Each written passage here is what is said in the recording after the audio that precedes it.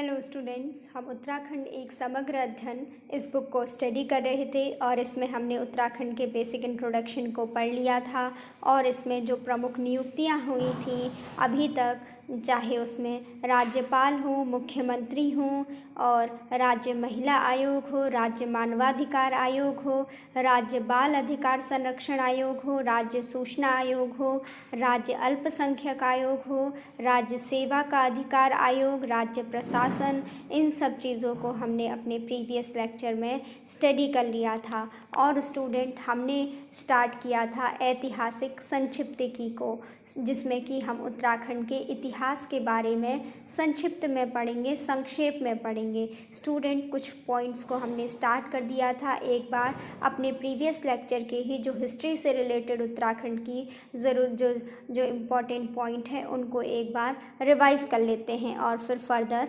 आगे बढ़ेंगे।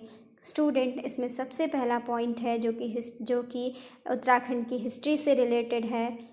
उसमें पूछा गया है, लाखों गुफा, लुएथाप व पेटसाल आदि पुरास्थल कहाँ पर स्थित हैं? उत्तराखंड में लाखों गुफा, लुएथाप व पेटसाल आदि पुरास्थल अल्मोड़ा में स्थित हैं। उसके बाद नेक्स्ट क्वेश्चन है, ग्वारख्या गुफा, किमनी गांव गुफा, मलारी गांव आदि पुरास्थल उत्तराखंड में कहाँ पर स्थित हैं? तो स्टूडेंट, जो ग्वारख्या गुफा है, किमनी गांव गुफा है और मलारी गांव गुफा है, ये सभी पुरास्थल उत्तराखंड के चमोली डिस्ट्रिक्ट में हैं। नेक्स्ट क्वेश्चन है, राज्य के किस प्रागैतिहासिक पुरास्थल से 5.2 किलो का सोने का मुखौटा मिला है? तो स्टूडेंट, इसका आंसर है मलारी गांव चमोली से 5.2 किलो का सोने का मुखौटा मिला है। नेक्स्ट क्वेश्चन है, किस पुरास्थल से नीले रंग के शैल चित्र मिले हैं? उत्तरकाशी के हुडली से नीले रंग के शैल चित्र मिले हैं। उत्तरकाशी डिस्ट्रिक्ट के हुडली से नीले रंग के शैल चित्र मिले हैं। नेक्स्ट क्वेश्चन है, 8 ताम्र मानवाकृतियों की प्राप्ति कहाँ से हुई है? उत्तराखंड में 8 ताम्र मानवाकृतियों की प्राप्ति हुई है पिथौरागढ़ के बनकोट क्षेत्र से। पिथौरागढ़ के बनकोट क्षेत्र से 8 ताम्र मानवाकृतियों की प्राप्ति हुई है। नेक्स्ट क्वेश्चन है, किस प्रागैतिहासिक स्थल के शैल चित्र में योग मुद्रा में मानव का चित्रण किया गया है? अल्मोड़ा के फलसीमा नामक प्रागैतिहासिक स्थल में शैल चित्र में योग मुद्रा में मानव का चित्रण किया गया है, अल्मोड़ा के फलसीमा में। नेक्स्ट क्वेश्चन है, 14 नर्तकों का सुंदर चित्रण किस शैल चित्र में किया गया है? तो स्टूडेंट, उत्तराखंड में अल्मोड़ा की कसार देवी में जो 14 नर्तक हैं उनका सुंदर चित्रण एक शैल चित्र में किया गया है। अल्मोड़ा के कसार देवी में 14 नर्तकों का सुंदर चित्रण एक शैल चित्र में किया गया है। नेक्स्ट क्वेश्चन है, उत्तराखंड के आद्य इतिहास के प्रमुख स्रोत क्या हैं? तो उत्तराखंड के आद्य इतिहास के प्रमुख स्रोत हैं पौराणिक ग्रंथ इतिहास के, जो उत्तराखंड के इतिहास को बताते हैं, उसके आद्य इतिहास के प्रमुख स्रोत हैं पौराणिक ग्रंथ हैं। नेक्स्ट क्वेश्चन है, उत्तराखंड का प्रथम उल्लेख किस धार्मिक ग्रंथ में मिलता है? उत्तराखंड का प्रथम उल्लेख ऋग्वेद में मिलता है। नेक्स्ट क्वेश्चन है, ऋग्वेद में उत्तराखंड क्षेत्र के लिए क्या कहा गया है? ऋग्वेद में उत्तराखंड के लिए कहा गया है, देवभूमि, मनीषियों की पूर्ण भूमि। नेक्स्ट क्वेश्चन है, किस ग्रंथ में उत्तराखंड क्षेत्र के लिए उत्तर कुरु शब्द को प्रयुक्त किया गया है? स्टूडेंट, उत्तराखंड क्षेत्र के लिए उत्तर कुरु शब्द का प्रयोग किया गया है ऐतरेय ब्राह्मण में। उसके बाद नेक्स्ट क्वेश्चन है, स्कंद पुराण में उत्तराखंड क्षेत्र की सर्वाधिक चर्चा है और स्कंद पुराण में उत्तराखंड को क्या नाम दिया गया है? स्टूडेंट, स्कंद पुराण में उत्तराखंड को मानसखंड और केदारखंड के नाम से जाना जाता है। हरिद्वार यानी माया क्षेत्र से हिमालय तक के विस्तृत क्षेत्र को स्कंद पुराण में क्या कहा गया है? इसका आंसर है केदारखंड या फिर गढ़वाल क्षेत्र। हरिद्वार जिसे कि माया क्षेत्र भी कहते हैं, हरिद्वार से लेकर हिमालय तक के विस्तृत क्षेत्र को स्कंद पुराण में क्या कहा गया है? जो हरिद्वार है वहाँ से लेकर हिमालय तक के विस्तृत क्षेत्र को स्कंद पुराण में केदार खंड कहा जाता है, जिसे कि गढ़वाल क्षेत्र भी कहा जाता है। नेक्स्ट क्वेश्चन है, स्कंद पुराण में नंदा देवी पर्वत से कालागिरी तक के क्षेत्र को कहा गया है। इसमें कहा गया है कि स्कंद पुराण में नंदा देवी पर्वत से कालागिरी तक के क्षेत्र को क्या कहा गया है? तो इसका आंसर होगा मानस खंड। मानस खंड का मीन्स है कि ये कुमाऊं के लिए यूज़ किया जाता है। कुमाऊं मंडल के लिए मानस खंड वर्ड का यूज़ किया जाता है। इसमें ये बताया गया कि स्कंद पुराण में जो नंदा देवी पर्वत है वहाँ से लेकर कालागिरी तक के क्षेत्र को मानस खंड कहा गया है, जिसे कि कुमाऊं क्षेत्र के नाम से भी जाना जाता है। नेक्स्ट क्वेश्चन है, मानस खंड और केदार खंड के संयुक्त क्षेत्र को पुराणों में क्या कहा गया है? मानस खंड और केदार खंड के संयुक्त क्षेत्र को पुराणों में उत्तरखंड कहा गया है, ब्रह्मपुर कहा गया है एवं खस देश कहा गया है। तो मानस खंड और केदार खंड के संयुक्त क्षेत्र को पुराणों में उत्तरखंड, ब्रह्मपुर और खस देश कहा गया है। नेक्स्ट क्वेश्चन है, पाली भाषा के बौद्ध साहित्यों में उत्तराखंड क्षेत्र के लिए कौन से शब्द को प्रयुक्त किया गया है? पाली भाषा में बौद्ध साहित्यों में उत्तराखंड क्षेत्र के लिए हिमवंत शब्द का प्रयोग किया गया है। नेक्स्ट क्वेश्चन है, गढ़वाल क्षेत्र को वैदिक काल में हेमवत व महाभारत काल में उत्तर कुरु नामों से जाना जाता था, जबकि पुराण काल में गढ़वाल क्षेत्र को किस नाम से जाना जाता था? तो पुराण काल में गढ़वाल क्षेत्र को केदार खंड के नाम से जाना जाता था, गढ़वाल क्षेत्र को वैदिक काल में हेमवत के नाम से जाना जाता था और गढ़वाल क्षेत्र को महाभारत काल में उत्तर कुरु के नाम से जाना जाता था। नेक्स्ट क्वेश्चन है, पुराणोत्तर काल में गढ़वाल क्षेत्र को क्या कहा जाता था? स्टूडेंट, पुराणोत्तर काल में गढ़वाल क्षेत्र को केदार मंडल, बद्रिका क्षेत्र, तपोभूमि व खस मंडल आदि नामों से जाना जाता था। पुराणोत्तर काल में यानी पुराणों के बाद का जो समय था उस टाइम पर गढ़वाल क्षेत्र को कहा गया केदार मंडल, बद्रिका क्षेत्र, तपोभूमि व खस मंडल। मनुष्यों के आदि पूर्वज मनु का निवास स्थान कहाँ पर है? तो स्टूडेंट, मनुष्यों के आदि पूर्वज मनु का निवास स्थान है अलकापुरी में। और साथ ही नेक्स्ट क्वेश्चन है कि धनाधिपति कुबेर की राजधानी कहाँ पर है? वो भी अलकापुरी में ही है। मनुष्यों के आदि पूर्वज मनु का निवास स्थान अलकापुरी में है और धनाधिपति कुबेर की राजधानी कहाँ पर थी? अलकापुरी में थी। उसके बाद स्टूडेंट नेक्स्ट स्टार्ट करते हैं। नेक्स्ट क्वेश्चन है, प्राचीन ग्रंथों में अलकनंदा उद्गम से बद्रिकाश्रम के बीच के क्षेत्र को क्या कहा गया है? इसमें कहा गया है कि प्राचीन ग्रंथों में अलकनंदा उद्गम से बद्रिकाश्रम के बीच के क्षेत्र को क्या कहा गया है? तो इस क्षेत्र को कहा गया है अलकापुरी। भगवान राम ने अपने अंतिम समय में किस स्थान पर तपस्या की थी? भगवान राम ने अपने अंतिम समय में उत्तराखंड के देवप्रयाग में तपस्या की थी। नेक्स्ट क्वेश्चन है, बाणासुर की राजधानी कहाँ पर थी? बाणासुर की राजधानी थी ज्योतिषपुर में। नेक्स्ट क्वेश्चन है, अपने अंतिम समय में लक्ष्मण जी ने कहाँ तपस्या की थी? तो अपने अंतिम समय में लक्ष्मण जी ने तपोवन टिहरीगढ़ में तपस्या की थी। नेक्स्ट क्वेश्चन है, केदारनाथ को प्राचीन ग्रंथों में क्या कहा गया है? केदारनाथ को प्राचीन ग्रंथों में भृंगतुंग कहा गया है। नेक्स्ट क्वेश्चन है, महाभारत के किस पर्व में लोमस ऋषि के साथ पांडवों की बद्रीनाथ यात्रा का वर्णन है। वन पर्व में, महाभारत के वन पर्व में लोमस ऋषि के साथ पांडवों की बद्रीनाथ यात्रा का वर्णन है। नेक्स्ट क्वेश्चन है, महाभारत के वन पर्व के अनुसार पुलिंद राजा सुबाहु की राजधानी कहाँ थी? महाभारत के वन पर्व के अनुसार पुलिंद राजा सुबाहु की राजधानी श्रीनगर में थी। नेक्स्ट क्वेश्चन है, प्राचीन काल में गढ़वाल क्षेत्र में कौन से दो विद्यापीठ थे? तो प्राचीन काल में गढ़वाल क्षेत्र में बद्रिकाश्रम और कण्वाश्रम दो विद्यापीठ थे।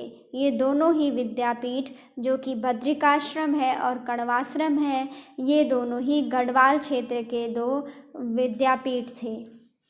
नेक्स्ट क्वेश्चन है, दुष्यंत और शकुंतला का प्रेम प्रसंग जुड़ा है, कहाँ से जुड़ा है? कण्वाश्रम पौड़ी गढ़वाल से। नेक्स्ट क्वेश्चन है, जिसके नाम पर अपने देश का नाम भारत पड़ा, उसी सम्राट भरत का जन्म कहाँ हुआ था? उस सम्राट भरत का जन्म हुआ था कण्वाश्रम में। नेक्स्ट क्वेश्चन है, कालिदास ने अपने महाकाव्य अभिज्ञान शाकुंतलम की रचना कहाँ पर की थी? तो कालिदास ने अपने महाकाव्य अभिज्ञान शाकुंतलम की रचना कण्वाश्रम में की थी। नेक्स्ट क्वेश्चन है, कण्वाश्रम किस नदी के तट पर स्थित था? कण्वाश्रम मलिनी नदी के तट पर स्थित था। नेक्स्ट क्वेश्चन है, प्राचीन काल में गढ़वाल क्षेत्र में खस जातियों, जिन्हें कि आर्य भी कहा गया है, उनकी प्रधानता थी। और गढ़वाल क्षेत्र में खस जातियों के समय में सबसे अधिक किस धर्म का प्रचार हुआ था? इसका आंसर है बौद्ध धर्म का प्रचार। प्राचीन काल में गढ़वाल क्षेत्र में खस जातियों का, जिन्हें कि आर्य भी कहा जाता था, तो उनकी प्रधानता थी। तो खस जातियों के समय में सबसे अधिक किस धर्म का प्रचार हुआ था गढ़वाल में? गढ़वाल में बौद्ध धर्म का प्रचार आर्य जातियों के या खस जातियों के समय पर सबसे अधिक हुआ था। नेक्स्ट क्वेश्चन है, गढ़वाल क्षेत्र का वह कौन सा नगर है जिसको गढ़वाल का प्रवेश द्वार कहा जाता है? स्टूडेंट, इसका आंसर होगा कोटद्वार। जो कोटद्वार है उसको गढ़वाल का प्रवेश द्वार कहा जाता है। नेक्स्ट क्वेश्चन है, पौराणिक काल में वर्तमान कुमाऊं क्षेत्र को क्या कहा जाता है? पौराणिक काल में वर्तमान कुमाऊं क्षेत्र को मानस खंड कहा जाता है। नेक्स्ट क्वेश्चन है, पौराणिक काल के बाद कुमाऊं क्षेत्र के लिए प्रयुक्त नाम क्या हैं? यानी कुमाऊं क्षेत्र के लिए क्या क्या नाम प्रयुक्त किए जाते थे? किन किन नामों से कुमाऊं क्षेत्र को जाना जाता था? उनमें थे कूर्मांचल, कुर्मप्रस्थ, कुर्मपृष्ठ, कुर्मगिरी व कुमाऊगढ़ आदि नामों से कुमाऊं क्षेत्र को पौराणिक काल के बाद जाना जाता था। पौराणिक काल के बाद कुमाऊं क्षेत्र के लिए प्रयुक्त नाम कौन कौन से हैं? इसका आंसर है कूर्मांचल, कूर्मप्रस्थ, कूर्मपृष्ठ, कूर्मगिरी व कुमाऊगढ़ आदि जो शब्द हैं, इन नामों से कुमाऊं को जाना जाता था। नेक्स्ट क्वेश्चन है, कुमाऊं क्षेत्र का सर्वाधिक उल्लेख किस पुराण में है? कुमाऊं क्षेत्र का सर्वाधिक उल्लेख स्कंद पुराण में है। नेक्स्ट क्वेश्चन है, किस पुराण में कुमाऊं क्षेत्र में किरात, किन्नर, यक्ष, गंधर्व, विद्याधर, नाग आदि जातियों के निवास करने का उल्लेख है? ब्रह्म एवं वायु पुराण में कुमाऊं क्षेत्र में किरात, किन्नर, यक्ष, गंधर्व, विद्याधर, नाग आदि जातियों के निवास करने का उल्लेख है। नेक्स्ट क्वेश्चन है, किस ग्रंथ में इस क्षेत्र में किस ग्रंथ में कुमाऊं क्षेत्र में किरात, किन्नर, यक्ष, तंगव, कुलिंद, खश आदि जातियों के निवास का उल्लेख है? महाभारत ग्रंथ में इस क्षेत्र में किरात, किन्नर, यक्ष, तंगव, कुलिंद, खश आदि जातियों के निवास का उल्लेख है। नेक्स्ट क्वेश्चन है, अल्मोड़ा के जाखन देवी मंदिर में किसके निवास की पुष्टि होती है? तो अल्मोड़ा के जाखन देवी मंदिर से वहाँ पर यक्षों के निवास की पुष्टि होती है। नेक्स्ट क्वेश्चन है, कुमाऊं क्षेत्र में स्थित अनेक नाग मंदिरों से किस चीज़ की पुष्टि होती है? उससे पुष्टि होती है नागों के निवास की। नेक्स्ट क्वेश्चन है, सबसे प्रसिद्ध नाग मंदिर बीनाग या बेनीनाग कहाँ पर अवस्थित है? तो सबसे प्रसिद्ध नाग मंदिर बीनाग या बेनीनाग पिथौरागढ़ में अवस्थित है। नेक्स्ट क्वेश्चन है, कुमाऊं क्षेत्र में बौद्ध धर्म का प्रचार कब हुआ था? कुमाऊं क्षेत्र में बौद्ध धर्म का प्रचार खसों के समय पर हुआ था। नेक्स्ट क्वेश्चन है, कालसी, लाखा मंडल, सिरोली मंडल व माड़ा आदि जगहों से क्या मिले हैं? ठीक है, कालसी, लाखा मंडल, सिरोली मंडल व माड़ा आदि जगहों से शिलालेख मिले हैं। नेक्स्ट क्वेश्चन है, अल्मोड़ा की मुद्राओं पर जिन कुड़िंद शासकों के नाम हैं वे हैं उनके नाम हैं आशेक, गोमित्र, हरदत्त, शिवदत्त आदि। अल्मोड़ा की मुद्राओं पर जिन कुड़िंद शासकों के नाम लिखे गए हैं उनका नाम है आशेक, गोमित्र, हरदत्त, शिवदत्त आदि। नेक्स्ट क्वेश्चन है, देहरादून के कालसी से 257 ईस्वी पूर्व का एक प्राकृत भाषा व ब्राह्मी लिपि का शिलालेख मिला है जो कि है एक अशोककालीन शिलालेख है। देहरादून के कालसी में स्थित वहाँ से क्या मिला है? एक शिलालेख मिला है। ठीक है, और कहा गया है कि उसकी लिपि कैसी है? ब्राह्मी लिपि है और उसकी भाषा प्राकृत भाषा है जो कि देहरादून के कालसी से 257 ईस्वी पूर्व में एक शिलालेख मिला है, वो अशोककालीन है यानी अशोक के समय का है। नेक्स्ट क्वेश्चन है, लाखा मंडल से कौन सा शिलालेख प्राप्त होता है? लाखा मंडल से प्राप्त शिलालेख है राजकुमारी ईश्वरा का। लाखा मंडल से एक शिलालेख प्राप्त होता है राजकुमारी ईश्वरा का। नेक्स्ट क्वेश्चन है, त्रिशूल लेख प्राप्त हुआ है गोपेश्वर व बाड़ाहाट से। नेक्स्ट क्वेश्चन है, पांडुकेश्वर, कंडारा, चंपावत व बैजनाथ से किनके ताम्रपत्रीय लेख मिले हैं? कार्तिकेयपुर राजाओं के। पांडुकेश्वर, कंडारा, चंपावत व बैजनाथ से कार्तिकेयपुर राजाओं के ताम्रपत्रीय लेख मिले हैं। नेक्स्ट क्वेश्चन है, उत्तराखंड पर शासन करने वाली प्रथम राजनीतिक शक्ति कौन थी? तो स्टूडेंट, उत्तराखंड पर शासन करने वाली प्रथम राजनीतिक शक्ति थी कुड़िंद शासक। नेक्स्ट क्वेश्चन है, किस अभिलेख से यह पुष्ट होता है कि कुड़िंद लोग मौर्यों के अधीन थे? इसका जो अभिलेख से पुष्टि होती है कि कुड़िंद लोग मौर्यों के अधीन थे, उसकी पुष्टि के लिए अभिलेख है कालसी अभिलेख। कालसी अभिलेख से यह पुष्ट होता है कि कुड़िंद लोग मौर्यों के अधीन थे। नेक्स्ट क्वेश्चन है, कुड़िंद वंश का सबसे शक्तिशाली शासक कौन था? कुड़िंद वंश का सबसे शक्तिशाली शासक था अमोघभूति। कुड़िंद वंश का सबसे शक्तिशाली शासक था अमोघभूति। नेक्स्ट क्वेश्चन है, पहली शती ईस्वी पूर्व में अमोघभूति की मृत्यु के बाद इस क्षेत्र पर किसका अधिकार हो गया था? उसके बाद शकों का अधिकार हो गया था। जब अमोघभूति की मृत्यु होती है उसके बाद इस क्षेत्र में शकों का अधिकार हो गया था। नेक्स्ट क्वेश्चन है, कुमाऊं क्षेत्र में शक संवत का प्रचलन और अल्मोड़ा का सूर्य मंदिर इस क्षेत्र में किसके आधिपत्य को प्रमाणित करता है? शकों के आधिपत्य को प्रमाणित करता है। नेक्स्ट क्वेश्चन है, शकों के बाद राज्य के तराई क्षेत्रों पर किसका अधिकार हो गया था? शकों के बाद आते हैं कुषाण। ठीक है, फिर कुषाणों का अधिकार हो जाता है राज्य के तराई क्षेत्रों में। नेक्स्ट क्वेश्चन है, 6वीं सदी के उत्तरार्ध में किसने उत्तराखंड पर अधिकार कर लिया था? 6वीं सदी के उत्तरार्ध में कन्नौज के मौखरियों ने उत्तराखंड पर अधिकार कर लिया था।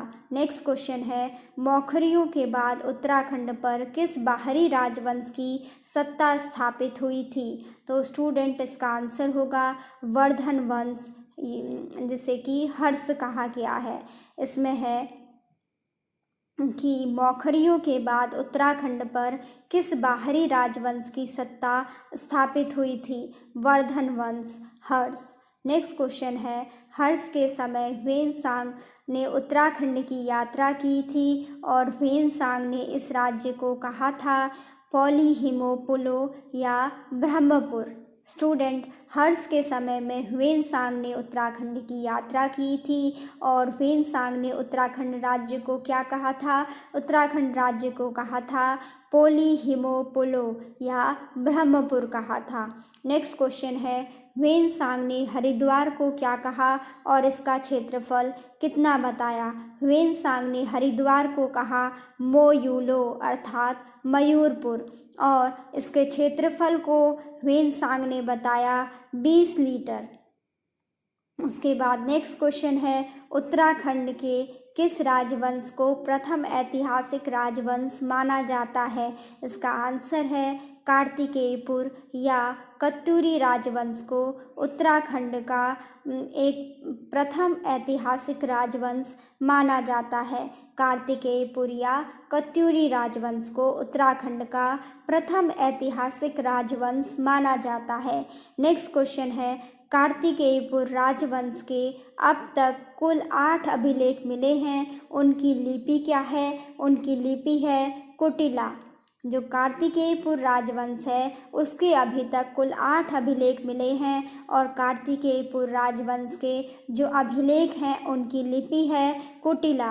नेक्स्ट क्वेश्चन है, 700 ईस्वी से लगभग 1050 ईस्वी तक शासन करने वाले कार्तिकेयपुर राजवंश की पहले 300 वर्षों तक राजधानी चमोली के कार्तिकेयपुर नामक स्थान पर थी। उसके बाद कहाँ पर राजधानी बनाई गई? उसके बाद कार्तिकेयपुर राजवंश की राजधानी बनाई गई बागेश्वर जिले में स्थित गरुड़ बैजनाथ घाटी में। इस क्वेश्चन को ध्यान रखिएगा कि 700 ईस्वी से लगभग 1050 ईस्वी तक शासन करने वाले कार्तिकेयपुर राजवंश की पहले 300 वर्षों तक राजधानी चमोली के कार्तिकेयपुर नामक स्थान पर थी, लेकिन उसके बाद कार्तिकेयपुर राजवंश ने अपनी राजधानी को बनाया कहाँ पर, किस स्थान पर बनाया? बागेश्वर जिले में स्थित गरुड़ बैजनाथ घाटी में कार्तिकेयपुर राजवंश ने उसको अपनी राजधानी बनाया, बागेश्वर जिले में स्थित गरुड़ बैजनाथ घाटी में। नेक्स्ट क्वेश्चन है, कार्तिकेयपुर राजवंश के प्रथम परिवार या वंश का प्रथम राजा कौन था? बसंत देव। स्टूडेंट, इस क्वेश्चन को ध्यान रखिएगा कि कार्तिकेयपुर राजवंश के प्रथम परिवार या वंश का जो प्रथम राजा था वो कौन था? कार्तिकेयपुर राजवंश का प्रथम राजा था बसंत देव। ये इसका आंसर होगा।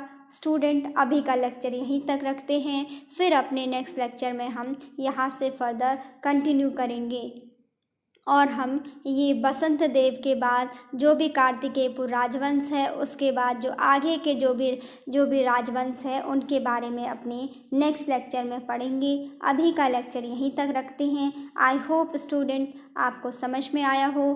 Thanks for watching.